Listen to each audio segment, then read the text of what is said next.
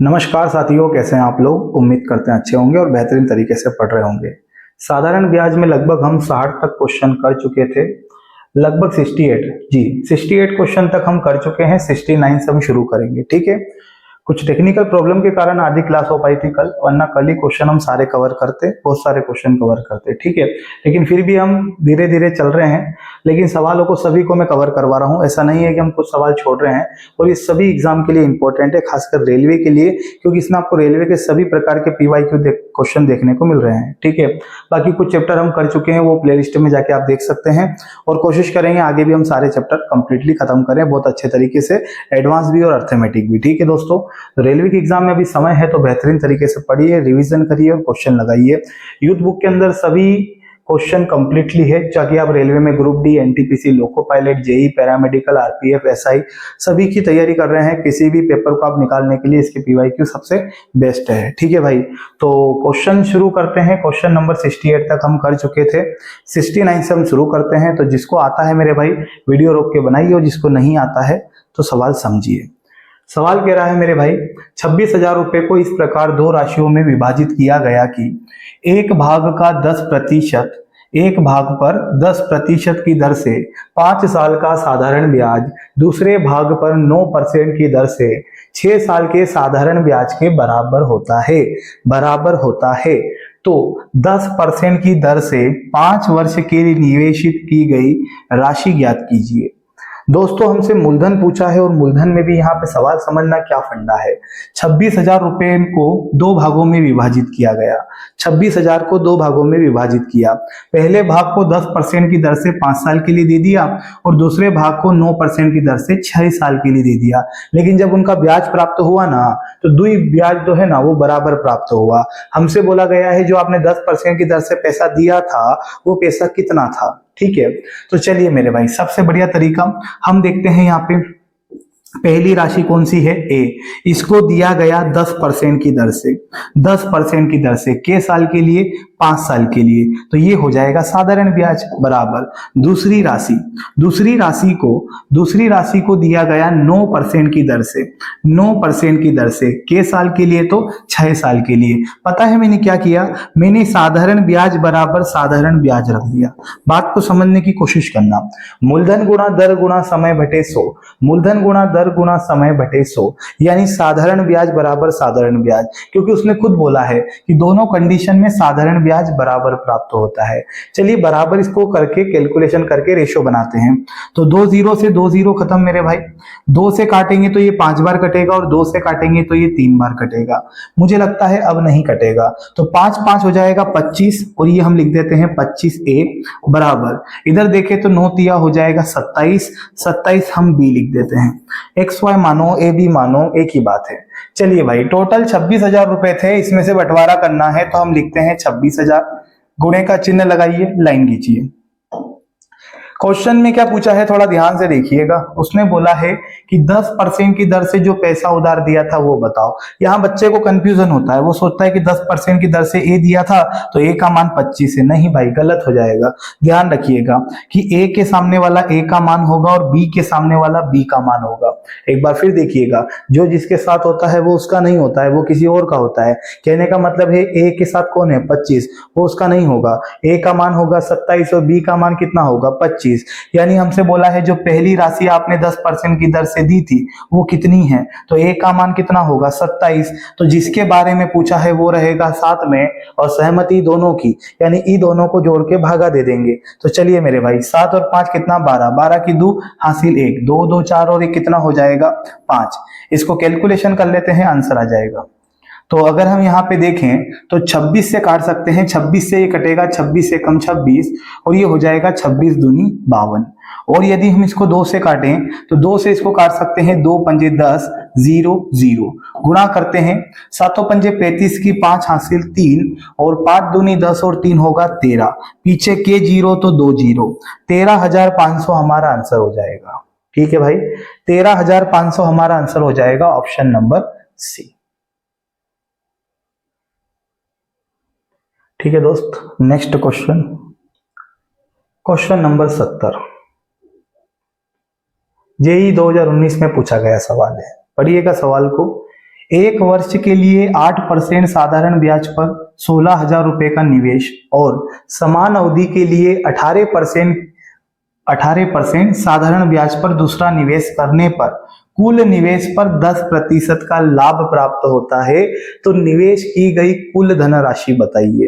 देखो ऐसे तो इसका बेसिक बहुत बड़ा हो जाएगा, हम चीजों को सरल तरीके से कर रहे हैं। हमने बोला ना बिल्कुल सरल तरीके से बताएंगे तो वही आपकी थोड़ी मदद कर रहे हैं।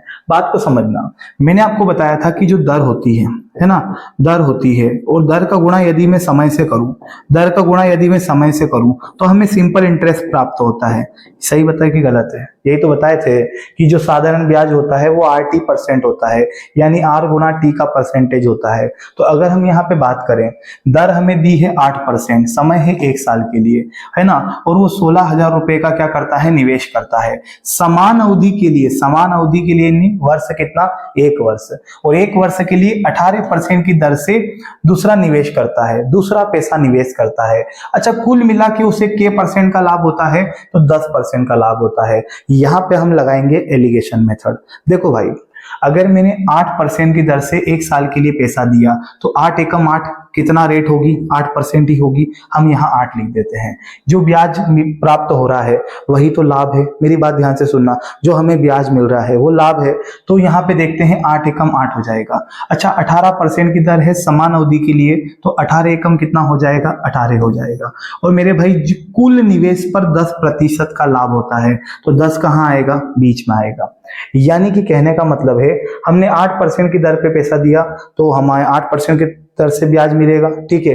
18% की दर से पैसा दिया तो 18% की दर से ब्याज मिलेगा। जो ब्याज मिल रहा है वही तो प्रॉफिट है, और कुल मिला के कितना प्रॉफिट हो रहा है, तो 10% का। एलिगेशन लगाते हैं, यहाँ पे डिफरेंस कितने का है, तो 8 का।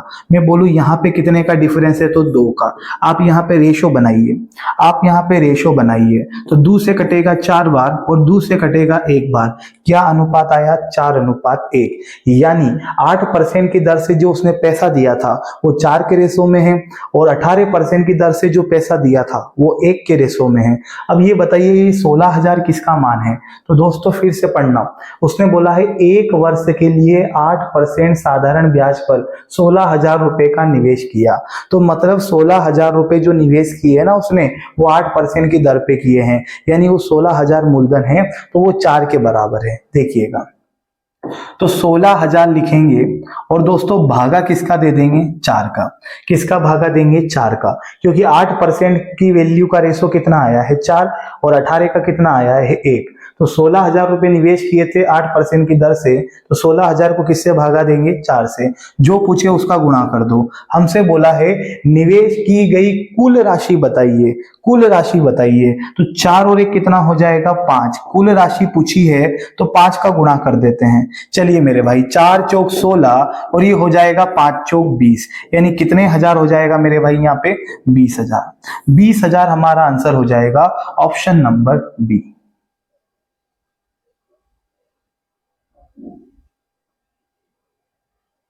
ठीक है दोस्त, क्लियर है। और इस टाइप के क्वेश्चन मुझे लगता है कि पिछली क्लास में भी 1 से 2 क्वेश्चन देखने को मिले थे, ठीक है। यदि आप पुरानी क्लास नहीं देखे हैं तो प्लेलिस्ट में जाके देखिएगा, साधारण ब्याज की सारी क्लास आपको एक साथ मिल जाएगी। इसी के साथ हमारे 70 क्वेश्चन कंप्लीट होते हैं। क्वेश्चन नंबर 71, चलिए भाई, जिसको आता है बनाइए, जिसको नहीं आता है समझिए। यदि किसी राशि पर 7.5% वार्षिक दर से 15 महीने का साधारण ब्याज उतनी ही राशि पर 12.5% वार्षिक दर से 8 महीने के साधारण ब्याज से 32.50 रुपए अधिक है, तो वह राशि बताइए। यानी मैं सीधे सीधे तौर पे कहूं तो ये साधारण ब्याज का अंतर दिया है, कि मैंने हर बार आपको समझाया है, आयु संबंधी मैंने पूरा पढ़ाया, आप देखना वहां पे, है ना। उसमें जो भी हम क्वेश्चन किए वहां अधिक कम वाली बहुत बातें होती थी। जहां अधिक कम होता है वहां डिफरेंस लिया जाता है, क्योंकि वो अंतर होता है, तुलनात्मक बात हो रही है। सुनिएगा, मतलब 7.5% की दर से 15 महीने के लिए ब्याज दिया और उतनी ही राशि 12.5% की दर से 8 महीने के लिए दी, तो जो साधारण ब्याज आया है ना वो 32.50 रुपए अधिक आया है। यानी ये अंतर है, किसका अंतर है, तो साधारण ब्याज का अंतर है। तो हम एक काम काम करते हैं, साधारण ब्याज का परसेंटेज बनाते हैं और परसेंटेज का अंतर ले लेंगे तो हमारा आंसर डायरेक्ट आ जाएगा। समझना, मैंने आपको क्या सिखाया है कि जो RT% होता है वही साधारण ब्याज होता है। तो ये बताइए 7.5 जो है ना, ये 7.5 जो है ना, इसका गुणा मैं किससे करूं? तो इसका गुणा मैं करूंगा 15 से। ये आ जाएगा मेरा सिंपल इंटरेस्ट पहले वाले का साधारण ब्याज। और ये दूसरी वाली दर कितनी है? 12.5। और इसका गुणा मैं किससे करूंगा? तो इसका गुणा करूंगा मैं 8 से। देखो भाई, दर और समय का गुणा किया, दर और समय का गुणा किया, और दर और समय का गुणा करेंगे तभी ना तो ब्याज आएगा। ठीक है, अब बात को समझना, यहाँ पे फंडा क्या है? देखिए, दर आपको वार्षिक दे रखी है, दर आपको वार्षिक दे रखी है और समय महीने में दिया है, मतलब सवाल घुमा रहा है ना, इतना आसान नहीं है। तो हम क्या करते हैं, हम समय में 12 का भाग देते हैं। यदि हम समय में 12 का भाग देंगे ना तो समय वर्ष में बन जाएगा। किस में बन जाएगा? वर्ष में, क्योंकि दर वार्षिक है तो समय भी तो वर्ष में होना चाहिए। चलिएगा, तो ये हो चुका है सिंपल इंटरेस्ट पहले वाले का, ये हो चुका है सिंपल इंटरेस्ट दूसरे वाले का। इन दोनों का जो भी अंतर आएगा ना वो इसके बराबर रखेंगे, वही हमारा आंसर होगा। लेकिन सॉल्यूशन तो करना पड़ेगा। तो चलिए, पॉइंट हटाएंगे तो नीचे कितना आ जाएगा? 10। इधर भी पॉइंट हटाएंगे तो नीचे कितना आ जाएगा? 10। अगर हम इसको सोल्व करते हैं थोड़ा तो मैं 5 से काटता हूं। 5 एकम 5, पचम का 25 और दोस्तों 5 दूनी 10। उधर काटते हैं तो ये देखो 5 दूनी 10, पचम का 25 और ये हो जाएगा 5 दूनी 10। अच्छा, एक चीज ध्यान से सुनो, मुझे इन दोनों का अंतर तो लेना ही है और लग रहा है कि ये 2 से नहीं कटेगा, ये कट जाएगा फिर नहीं कटेगा। तो हम क्या करते हैं, देखो 12 दूना 24 और 12 दूना 24, तो हम नीचे 24 बना लेते हैं। देखो 15 का गुणा होगा 225 और ये बताइए नीचे 12 दूना कितना हो जाएगा? 24। ये आ चुका है सिंपल इंटरेस्ट पहले वाले का। अब देखो 25 हटे कितना होता है? 200। 25 हटे होता है 200 और बताइए मेरे भाई नीचे का चल रहा है तो 12 दूना 24। भाई अगर आपकी इच्छा हो ना तो आप और काट लेना, कोई दिक्कत की बात नहीं है, काट सकते हैं। लेकिन मैंने ये सोचा कि जब नीचे की संख्या एक जैसी होती है तो उनका एलसीएम वही होता है जो नीचे संख्या होती है, तो ऊपर हम डायरेक्ट घटा सकते हैं, अंतर ले सकते हैं। तो इन दोनों का मैं डिफरेंस लेता हूं, इन दोनों का मैं डिफरेंस लेता हूं। ये ब्याज पहले वाले का, ये ब्याज दूसरे वाले का, इनका जो अंतर होगा वो हम इसके बराबर रखेंगे। तो ये बताइए 24 और 24 का डिफरेंस मतलब सॉरी एलसीएम, 24 और 24 का एलसीएम निकालें तो 24 ही रहेगा। और एलसीएम लेने के बाद यदि माइनस है तो माइनस कर देंगे, प्लस होगा तो जोड़ देंगे, प्लस होने का तो सवाल ही नहीं उठता। तो 225 में से 200 घटाएंगे तो कितना आएगा? 25 आएगा। सहमत है?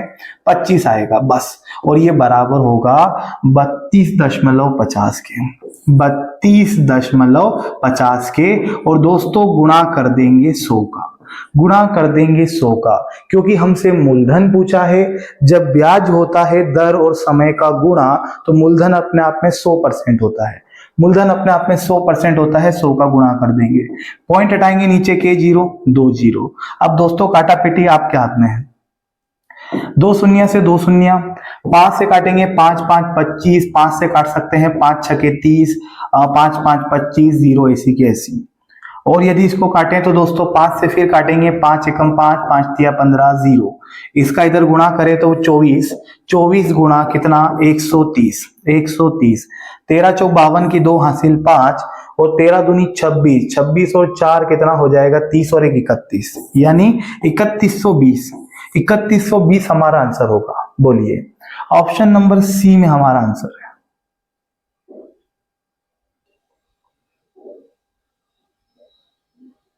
ठीक है मित्र, क्वेश्चन नंबर 72। हम मैक्सिमम क्वेश्चन परसेंटेज लेवल पे खत्म कर रहे हैं ना। इस सवाल को देखिएगा, 7% वार्षिक ब्याज की दर से उधार ली गई कोई धनराशि 2 वर्ष में लगने वाला साधारण ब्याज 1750 रुपए की राशि पर 5% वार्षिक दर पर 4 वर्ष में लगने वाली राशि के समान है। मतलब यहां साधारण ब्याज बराबर है, समझने की कोशिश करिएगा। यानी देखो आपसे क्या पूछा है पता है? राशि बताइए। हमें शुरू में राशि नहीं दी, हमें मूलधन नहीं दिया, समझने की कोशिश करना। उसने बोला 7% की दर से कोई राशि 2 साल के लिए दी जाती है और उस पे जो साधारण ब्याज प्राप्त होता है वो साधारण ब्याज 1750 रुपए की राशि पर 5% की दर से 4 साल के लिए हम देते हैं, उस राशि के समान होता है। तो हम एक काम कर सकते हैं, दोनों का साधारण ब्याज बराबर रखते हैं, काम हो जाएगा। इसमें हमें राशि नहीं दी तो हम मूलधन मानते हैं पी, मूलधन मानते हैं पी, मूलधन गुणा दर गुणा समय, समय कितना है 2 वर्ष, और बटे में कितना हो जाएगा 100, बटे में कितना हो जाएगा 100, और ये इसके बराबर रखेंगे साधारण ब्याज के। तो दूसरे वाले का मूलधन है 1750, दर दे रखी है 5% और समय कितना दिया है 4 वर्ष, इसके भी बटे में कितना आ जाएगा 100 आ जाएगा। सहमत है यहाँ तक? हमने दोनों ब्याज को बराबर रखा है, अब कैलकुलेशन करके काट देते हैं। तो मेरे भाई यहाँ 100 से 100 कैंसिल हो जाएगा। आगे बात करते हैं तो हम देख सकते हैं कि 2 से इसको हम कितनी बार काट सकते हैं, 2 बार काट सकते हैं। आगे की कहानी मेरे भाई, अगर हम 7 से इसको काटें तो 7 से ही कटेगा, 7 दूनी 14 हो जाएगा, 3 बचेगा, 7 पंजे 35 और ये हो जाएगा मेरे भाई 0। ठीक है, ये हो जाएगा 250 इंटू यहाँ कितना है 5 दूनी 10, तो ये 10 ऐसा के ऐसा, और ये बराबर किसके होगा, प्रिंसिपल यानी मूलधन के। तो जो आपका मूलधन आएगा ना वो आ जाएगा 2500, 2500 हमारा आंसर हो जाएगा मेरे भाई, option number C. Question number 73, आगे बढ़ते हैं। देखिएगा हम क्वेश्चन नंबर 73, अभी बीच में कुछ क्वेश्चन बड़े बड़े आएंगे, फिर क्वेश्चन छोटे छोटे भी है और इसको अच्छे से खत्म करेंगे। क्वेश्चन में बोला गया है P1, P2, P3 को क्रमशः 4%, 6% और 8% की दर पर इस प्रकार निवेश किया जाता है कि वर्ष के अंत में तीनों राशियों से प्राप्त साधारण ब्याज बराबर प्राप्त होता है। जो साधारण ब्याज होता है वो बराबर प्राप्त होता है। यदि तीनों निवेशित राशियों का योगफल 2600 है तो P1, P2, P3 का मान बताइए। बहुत शानदार सवाल। ठीक है भाई, सवाल आप भी बनाइए इसको, बाकी हम इसको बताते हैं। देखो दोस्तों, यहाँ पे फिर से एक बात बोली है, साधारण ब्याज बराबर है। बराबर है तो समझ गए आप लोग, यानी तीनों हम बराबर रखेंगे। तो देखो कहने का मतलब ये है कि साल दिया है क्या इसके अंदर, हाँ दिया है, ये लिखा है वर्ष के अंत में, बोला है ना। तो देखो हम लिखते हैं P1, P1 यानी पहली पूंजी लगाई 4% की दर से, 4% की दर से 1 साल के लिए। बोलिए सही है क्या? बिल्कुल सर। इसके आगे बराबर दूसरी पूंजी लगाई, दूसरी पूंजी लगाई यानी P2 6% की दर से 1 साल के लिए, 6% की दर से 1 साल के लिए, और तीसरी पूंजी यानी P3, तीसरी पूंजी लगाई 8% की दर से, 8% की दर से 1 साल के लिए। सहमत है? मूलधन गुणा दर गुणा समय बटे 100। अगर 100 लिख भी देंगे तो बाबू कैंसिल हो जाएगा, तो लिखने से कछु मतलब नहीं है। मूलधन गुणा दर गुणा समय, मूलधन गुणा दर गुणा समय, मूलधन गुणा दर गुणा समय, और जो भी ब्याज प्राप्त होगा वो ब्याज क्या होगा, तो बराबर होगा। सहमत हैं? बराबर होगा। चलिए कैलकुलेशन करते हैं अब यहाँ पे।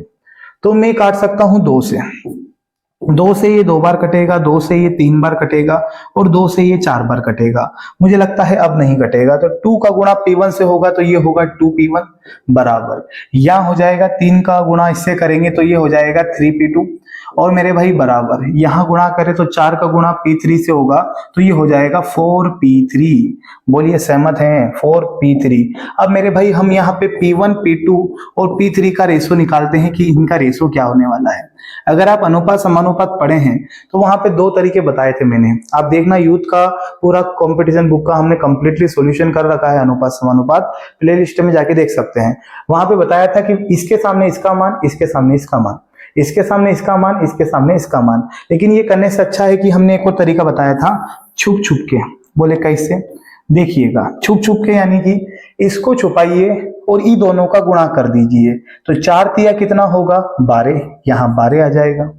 इसको छुपाइए और ई दोनों का गुणा कर दीजिए, तो 4 दूना कितना हो जाएगा 8 हो जाएगा। इसको छुपाइए और ई दोनों का गुणा कर दीजिए, तो 3 दूना कितना हो जाएगा 6 हो जाएगा। सहमत है?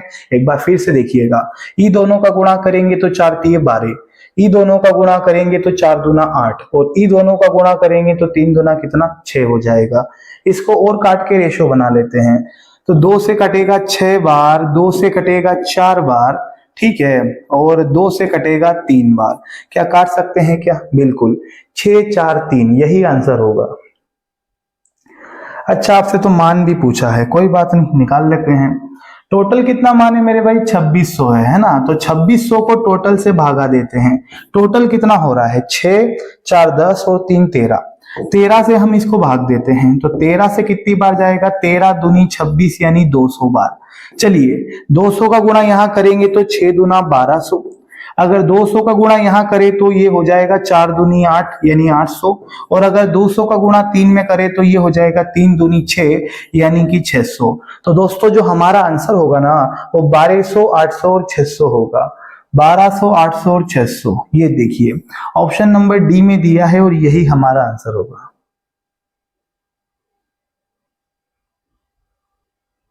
ठीक है भाई, अगला सवाल क्वेश्चन नंबर 74, 74। एक निश्चित धनराशि का 5 वर्ष के लिए निश्चित दर पर साधारण ब्याज पर निवेश किया गया। एक निश्चित धनराशि का 5 वर्ष के लिए एक निश्चित दर से साधारण ब्याज पर निवेश किया गया। यदि यह दर 10% अधिक दर पर निवेश किया गया होता तो 2000 रुपए अधिक प्राप्त होते। 2000 रुपए अधिक प्राप्त होते। निवेश किया गया मूलधन बताइए। इसके जस्ट पहली वाली क्लास में आखिरी वाला क्वेश्चन ऐसा ही था और ये क्वेश्चन बार बार आता है रेलवे में। कम से कम इस प्रकार के युद्ध बुक में 6 से 7 क्वेश्चन हम देखे हैं। मैं आपको एक बात बताता हूं, मैंने क्या बताया?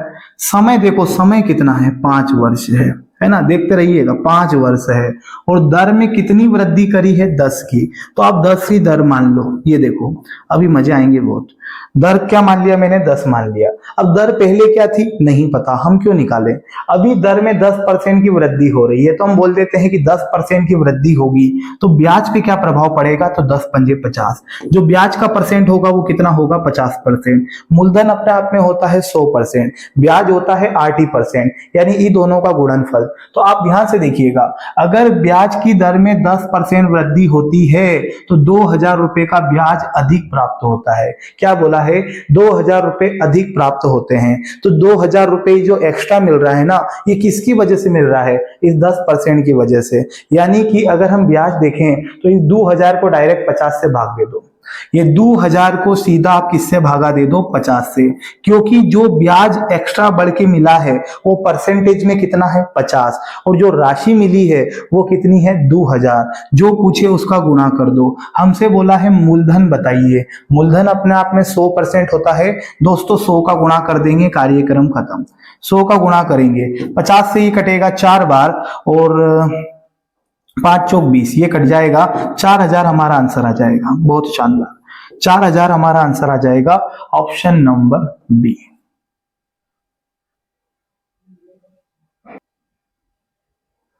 ठीक है दोस्तों, वृद्धि बराबर वृद्धि, ये क्वेश्चन वैसा ही है कि अलग है। देखो फटाफट, 6% साधारण ब्याज की दर पर 3/4 वर्ष के अंत पर एक राशि से कुल राशि 2940 रुपए प्राप्त होती है। राशि बताइए। आरपीएफ एसआई में आया है। अब मेरे भाई ध्यान से सुनना, यहाँ पर फंडा समझो। 6% की दर से 3/4 वर्ष के अंत पर कोई राशि जो हमने किसी को उधार दी थी वो 2940 रुपए हो जाती है। ये बोला है ना, कुल राशि 2940 रुपए प्राप्त होती है। तो जो निवेश किया था वो राशि कितनी थी? मैं आपको कह देता हूं कि ये अमाउंट है दोस्तों। क्या है ये? मिश्र धन है। क्योंकि जो हो जाती है ना, ब्याज के साथ अगर मूलधन जुड़ता है तो वो अमाउंट होता है। यानी इसने बोला है कि एक राशि से हमें इतनी राशि प्राप्त होती है, यानी ये अमाउंट है। और अमाउंट से हमें क्या निकालना है? तो प्रिंसिपल निकालना है, मूलधन निकालना है। वही हमारा तरीका बढ़िया सा। ये बताइए दर कितनी है? 6%। ठीक है। और जो समय दिया है ना, जो समय दिया है वो कितना है? तो वो बटे में है। देखो भाई, ये दोनों का गुणा करूंगा, ब्याज आ जाएगा। तो 6 गुणा, इसको सही करो, 4 3 12, 12 और 3 कितना होगा? 15। ये हो जाएगा 15/4। सहमत है? 15/4। यदि इसको मैं सही करता हूं तो 2 से 3 बार और ये होगा 2 से 2 बार। 15 या 45, 45 के बटे में कितना? 2। अच्छा, इसको मैं पॉइंट में भी कन्वर्ट कर सकता हूँ, बटे से भी कर सकते हैं। चलिए पॉइंट बना लेते हैं। 45 का आधा कितना होगा? 22.5। 45 का आधा कितना होगा? 22.5। और ये जो 22.5 होगा ना, इसी को हम ब्याज कहेंगे। इसी को हम ब्याज कहेंगे, क्योंकि ब्याज क्या होता है 80% ये दोनों का गुणनफल। ये दोनों का गुणनफल ये तो बटे में दिया है, कल के दिन बटे में नहीं होता तो ये सवाल सोचो कितना सरल हो जाता। ठीक है, लेकिन ये दोनों का हम गुणा किए तो 45/2 यानी 22.5 आ जाएगा। ठीक है, 22.5। अब आपको पता होगा कि जो प्रिंसिपल होता है मूलधन अपने आप में 100% होता है, और यदि मूलधन के साथ हम ब्याज जोड़ें तो हमें क्या प्राप्त होगा, हमें अमाउंट प्राप्त होगा। तो 100 में यदि 22 जोड़ेंगे, 22.5 जोड़ेंगे तो ये हो जाएगा 122.5। बोलिए सहमत है? 122.5 बस। अब इस अमाउंट को इस अमाउंट से काटेंगे और क्वेश्चन स्वाहा। तो जो सवाल में हमें अमाउंट दिया है वो है 2940, और जो हमारा अमाउंट आया है वो है कितना, 122.5। गुणा कर देंगे किसका, 100 का, क्योंकि हमसे पूछा है राशि बताइए। मूलधन अपने आप में 100% होता है। गुड्डू कैलकुलेशन करो, जो भी आएगा वही आंसर होगा। पॉइंट हटाएंगे तो ऊपर क्या लगेगी, 0। समझ रहे हैं? नीचे 0 तो जमाना लगाता है, आप ऊपर 0 लगाइए। कारण अगर पॉइंट हटाओगे तो नीचे 0 आएगा, वो ऊपर ही तो खसक जाएगा। तो ये बताइए, पॉइंट हटाएंगे ऊपर 0, काटते हैं इसको। इसको मैं काटना चाहते हैं 25 से, कट जाएगा का। देखो 25 से हम काटे हैं तो 25 चौक 100, 22 बचेगा, और ये हो जाएगा 25 नमा की 225, 25 नवा की 225, और ये हो जाएगा 25 चौक 100। आगे की कहानी मुझे लग रहा है 7 से ये कर सकता है, तो इसको देखें क्या, 7 चौक 28 हो जाएगा, 7 दूनी 14, और ये हो जाएगा 7 सती 49। यदि इसको हम 7 से काटें तो ये हो जाएगा 7 चंग 42, और ये हो जाएगा 6 चौक 24, और 24 का गुणा यदि 2 0 से करें तो 2400 हमारा आंसर होगा, ऑप्शन नंबर बी। ठीक है दोस्त, क्वेश्चन नंबर 76 देखते हैं। यहां क्वेश्चन में बोला गया है 9.5% की दर से 6 साल के लिए निवेश किया गया धन पर जो लाभ प्राप्त होता है वो 456 था, तो निवेश की गई धनराशि बताइए। यानी कि जो हमें ब्याज की दर दे रखी है वो है 9.5%, और समय दिया है 6 साल। हमें ब्याज दे रखा है 456, तो राशि क्या है वो बताइए। अब ये क्वेश्चन देखिए, और इसके पहले जो हम ये क्वेश्चन किए थे इसमें पता है हमें अमाउंट दिया था, यानी मिश्र धन दिया था, लेकिन ये जो क्वेश्चन है इसके अंदर हमें क्या दे रखा है, ब्याज दे रखा है। तो अभी मैंने आपको बताया था कि जो दर होती है वो हमें दी है 9.5%। सहमत है? और जो समय है मेरे भाई, जो समय है वो हमें दिया है 6 साल, यानी 6 वर्ष का। हम इन दोनों का गुणा कर देते हैं पहली फुर्सत में। तो ये कितना हो रहा है मेरे भाई, 5 छंग 30 हो जाएगा, 0 हासिल कितना 3, और ये हो जाएगा 9 छंग 54, 54 और 3 कितना होगा 57, यानी 570 आ रहा है ये दोनों का गुणा करने पर। और यहाँ एक अंक बाद पॉइंट है तो हम भी यहाँ एक अंक बाद पॉइंट लगा देंगे, यानी 57% मिलेगा। और ये 57% है ना, यही ब्याज कहलाएगा, यही ब्याज कहलाएगा परसेंट में। तो ये बताइए उसने हमें ब्याज कितना दिया है, 456। तो 456 को हम भागा किससे देंगे, 57 से। 57 से भाग देंगे, ब्याज को ब्याज से काटेंगे, मूलधन को मूलधन से काटेंगे, मिश्रधन को मिश्रधन से काटेंगे।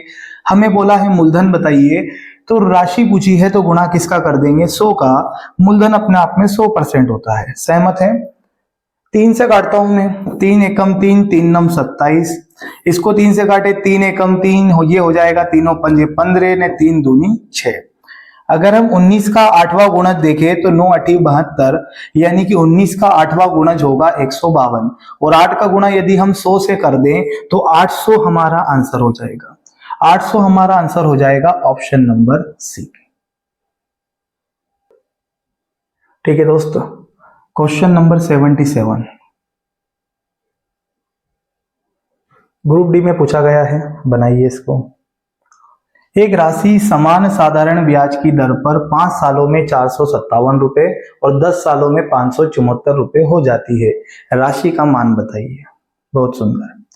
अगर मैं बात करूं 5 साल में, राशि 5 साल में कितनी हो जाती है, तो 457 हो जाती है, 457 हो जाती है। वही राशि 10 सालों में कितनी हो जाती है, तो 10 सालों में 574 हो जाती है, 574। 574 हो जाती है। चलिए मेरे भाई, तो हम यहाँ पे सबसे पहले डिफरेंस लेते हैं। इन दोनों का डिफरेंस कितना है तो 5 साल का। इन दोनों का डिफरेंस कितना है तो 5 साल का।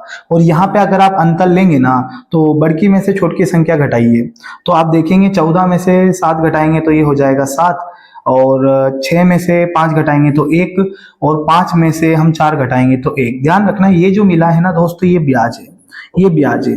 और ये जो आपको दे रखा है ना, ये अमाउंट है, क्योंकि उसने बोला है अमाउंट। 5 साल में राशि 457 रुपए हो जाती है और 10 साल में 574 हो जाती है। वह राशि बताइए। तो आप बताइए, 5 साल का जो ब्याज मिला है ये 117 रुपए मिला है। 5 साल का जो ब्याज मिला है वो 117 रुपए मिला है, और यहाँ हमें 5 साल दिया है, तो हम डायरेक्ट इसमें से 117 घटा देते हैं। क्यों? क्योंकि ये क्या है, अमाउंट है, मिश्र धन है, और मिश्र धन में से हम ब्याज घटाएंगे तो मूलधन आ जाएगा। तो इसमें से हम 117 घटा देते हैं, क्योंकि ये 5 साल का अमाउंट है और हमारे पास 5 साल का ब्याज भी है। सीधा सीधा आंसर आ जाएगा। 7 में से 7 गए तो 0, यहाँ हो जाएगा कितना, 5 में से 1 गए तो 4, और मेरे भाई 4 में से 1 गया तो यहाँ 3 हो जाएगा। 340 हमारा आंसर हो जाएगा।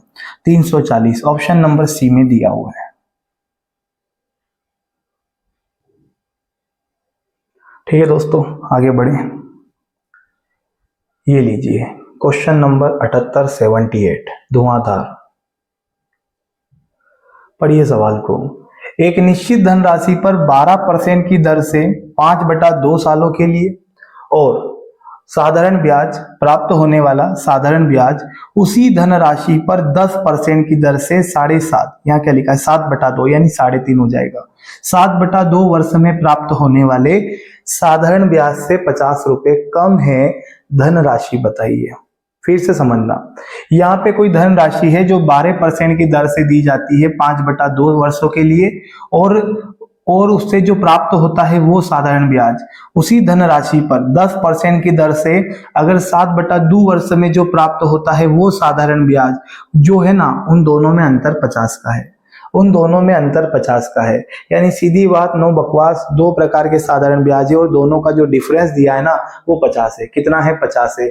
यानी कि हम सबसे पहले क्या करते हैं, हम लोग है ना ब्याज निकालते हैं। 12% की दर से 5/2 वर्षों के लिए पैसा दिया गया, ये हो जाएगा ब्याज पहले वाले का। देखना मेरे भाई, उसके बाद 10% का गुणा करते हैं 7/2 से, 10 का गुणा करते हैं 7/2 से, ये ब्याज हो जाएगा दूसरे वाले का। ये वाला ब्याज और ये वाला ब्याज है ना, तो हम देखते हैं 80%। डायरेक्ट मैं आर और टी का गुणा कर रहा हूं, तो ये हो जाएगा 2 से कितनी 6 बार, और 6 पंजे 30, कितना परसेंट हो रहा है 30%। और अगर हम यहाँ देखें 2 से कितनी बार 5 बार, और 7 पंजे 35, ये कितना हो रहा है 35%। यानी मैं आपको बोलूं कि अगर हमने जो पहले राशि दी थी, पहले हमने जो राशि दी थी उस पे हमें 30% ब्याज मिला। कितना मिला? 30% ब्याज मिला, ठीक है। और जो बाद में हम पैसा लगाए थे 10% की दर पे, उसको हमको 35% ब्याज मिला, उस पे हमें 35% ब्याज मिला। तो इन दोनों में अंतर कितने का है? 5 का अंतर है। इसमें कितने का अंतर है? 5 में।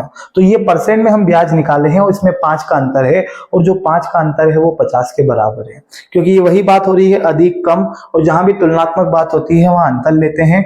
और ये साधारण ब्याज से 50 कम है, वो 50 अधिक है, तो ये तुलनात्मक बात कर रहा है, ये ब्याज का अंतर है।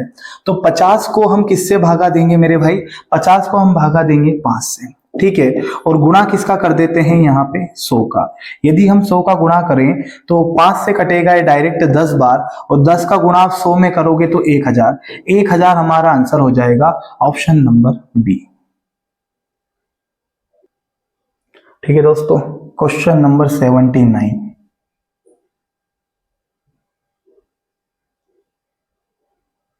8% साधारण ब्याज की दर पर एक राशि 6 सही 3/4 वर्षों में 924 रुपए हो जाती है। 924 रुपए हो जाती है। आरंभ में कितनी धनराशि जमा की गई थी? ठीक है, यानी हो जाती है, ये अमाउंट दिया है, अमाउंट देके मूलधन पूछा है। अगर आप 80% करो, अगर आप RT% करो, दर और समय का गुणा करो तो आपका ब्याज आ जाएगा, और ब्याज से आप क्या निकाल सकते हैं, अमाउंट, और अमाउंट को अमाउंट से भाग देना, जो पूछे उसका गुणा करेंगे, आंसर आ जाएगा। तो इस क्वेश्चन को मैं आपके लिए छोड़ रहा हूं। ग्रुप डी में पूछा गया सवाल है RW। इस टाइप के क्वेश्चन हमने आगे भी किए हैं, आप लोग इसको बनाइएगा और जो भी आंसर है कमेंट में जरूर बताइएगा, ठीक है। एक क्वेश्चन और करते हैं और 80 क्वेश्चन तक हम खत्म कर देंगे। ये लीजिए क्वेश्चन नंबर 80, दमदार धुआंधार भेड़ा का। किसी धनराशि पर 12% की दर से साधारण ब्याज की 4 वर्षों में ब्याज, इसी धनराशि पर 9% प्रति वर्ष साधारण ब्याज की दर से 5 वर्षों के ब्याज का अंतर 412.50 है, तो धनराशि बताइए। फिर से वही बात आ रही है, बता ब्याज का अंतर दे रखा है, जैसा कि ये सवाल था ना, देखना ये वाला सवाल सेम टू सेम वैसा ही सवाल है, मैं करवा रहा हूं। इसमें फ्रैक्शन दिया था, उसमें फ्रैक्शन में नहीं दिया। देखो बात को ध्यान से समझना। इसने बोला है कि 12% की दर से पैसा दिया 4 साल के लिए, फिर बोला है 9% की दर से पैसा दिया 5 साल के लिए, और जो ब्याज का अंतर आया है वो आया है 412.50। ठीक है, धनराशि बताइए। तो अगर इसको हम डायरेक्ट करें तो बताइए 12 चौक कितना होगा, 48। 12 चौक होगा 48, ये आ जाएगा पहले वाले का ब्याज। और अगर मैं बोलूं 9% की दर से 5 साल के लिए, तो 9 पंजे कितना होगा, 45। 9 पंजे कितना होगा, 45, ये ब्याज आ जाएगा दूसरे वाले का। यदि इनका मैं अंतर देखता हूं तो परसेंट में इसका अंतर कितने का है, 3 का अंतर है।